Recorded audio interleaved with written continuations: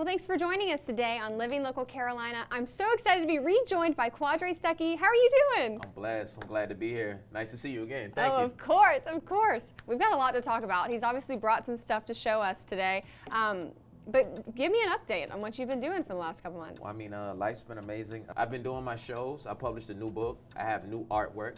I also got engaged recently too, so that's new. That's exciting. And you know, I'm just getting ready for what 2024 has to bring and offer. So I'm excited for that too. And one thing I know about you is you do a ton of research. Yes. So that took a lot to go into this book, huh? Yes, it is. So this is my new book right here, Gullah Paintings 3. So inside the actual book, it's an art educational book for children. In the book, I actually talk about the history of Gullah. I also talk about, you know, the seafood culture, where we do a lot of shrimping, a lot of red rice, a lot of okra. I talk about a lot of the superstitions, like the bottle trees, the buhag, the haint blues. And I talk about the artwork, because a lot of people love my artwork. So I talk about the artwork and then the spirituality and the connections we have to Barbados and our architecture. So this is a very good book to add to your collection if you don't have a book collection. This is a good piece to start with a book collection. Mm-hmm. So for people who may not know who you are, yes, the very few people out there, yes, talk to me about your art, how you got into art, and where you draw inspiration from. So my art is based upon my culture, Gullah Geechee culture. And what Gullah Geechee culture is pretty much the enslaved Africans that were brought over from different parts of West Africa, the Ivory Coast and Gold Coast.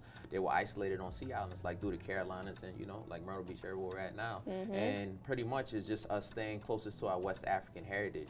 So that's why I draw a lot of my inspiration from when it comes to like my paintings. I like to use a lot of bright, bold, tropical colors, because when you look at the work, I want you to feel excited. I want you to feel happy. I want you to feel good about yourself. And you know, I do a lot of paintings on women because women played a big role in my life. Like, you know, my mother, my grandmother, and my aunts. So that's like where a lot of my inspiration comes from. Also just that everyday low country lifestyle, like being by the beach, fishing, shrimping, you know, just enjoying the scenery with a loved one. So that's where it comes from. Okay. So when you were finding inspiration for your book, doing the research, was there anything that you've learned along the way that kind of shocked you or surprised you a bit? Yeah, so there was certain things that I didn't know about certain superstitions. So for example, like we have something called like the buhag that rides you at night when you're asleep and you can't move. So really scientifically it's called when you sit there and you can't move but you're awake. Yeah, sleep paralysis. It's happened to me before. But our name for it is buhag. So that's just kind of like the translation when it comes to our culture to scientifically they're calling it sleep paralysis. So that was something, you know, that kind of stuck out to me, showing how close those things kind of, you know, combine and come together. I've been visited by that before. Ooh, it's pretty scary. It is. You're up, you can't move. It's like you're in a scary movie, a horror flick. Yeah. Yes. Okay, tell me about the bottle trees. I don't know the superstition behind that. So what you put blue bottle trees in your yard. The reason why is it sucks in the evil spirit. So let's say like if a hag tries to come and get you, instead of getting into the house, you know, to put you in that paralysis, it'll actually go into the blue bottle tree and then it gets locked in there, and then when the sunlight comes out in the daytime, it'll actually burn up in the sun. And then sometimes, like, people say they hear superstition of, like, it whistling outside. That's really like the wind hitting the bottle at a certain angle, and it's sounding like the buhag was captured inside of it.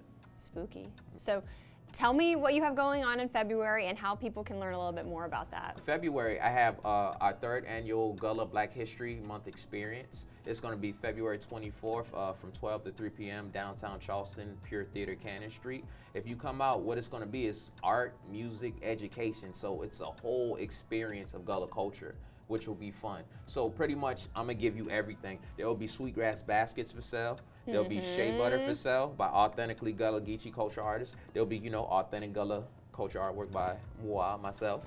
And there'll be children's books and illustrations. And we'll also have some authentic special Gullah Geechee guests from the culture. Very cool. So, you know, it's a lot of surprises.